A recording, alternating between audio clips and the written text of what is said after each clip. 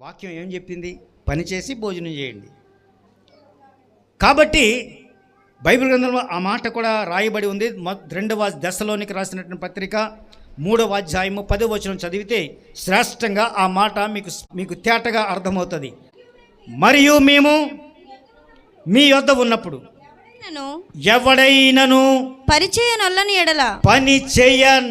ఎడల వాడు భోజనము చేయకూడదు.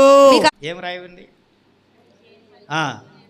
ఎంతమంది ఖాళీగా కూర్చుని భోజనం చేస్తున్నారు?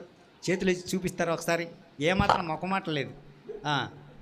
పని చేయకుండా భోజనం చేసేవాళ్ళు ఒకసారి చెయ్యతండరా. చాలామంది ఉన్నారు. బైబిల్ గ్రంథం ఏం చెప్తుందంటే మీరు పని చేసి భోజనం చేయండి, కష్టపడి భోజనం చేయండి.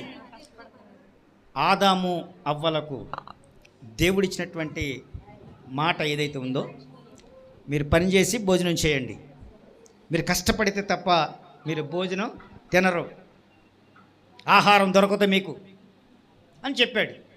ఆ శాపం క్రమేపీ మనలో కూడా వ్యాపించింది. నేడు కష్టపడితేనే మనకి భోజనం. దేవుని వాక్యం చెబుతుంది, ఎవడైనను పని నొల్లని ఎడల వాడు భోజనము చెయ్యకూడదు. ఎంతమంది అక్రమంగా భోజనం చేస్తున్నాం?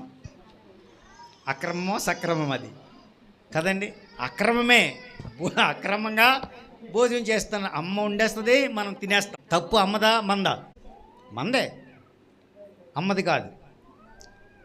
మనం వండేస్తుంది కాబట్టి మనం తినేస్తాం. అది అక్రమం. పని చేస్తే మీరు భోజనం చేయడానికి అర్హులు. పని చేయకుండా భోజనము చేయకూడదు.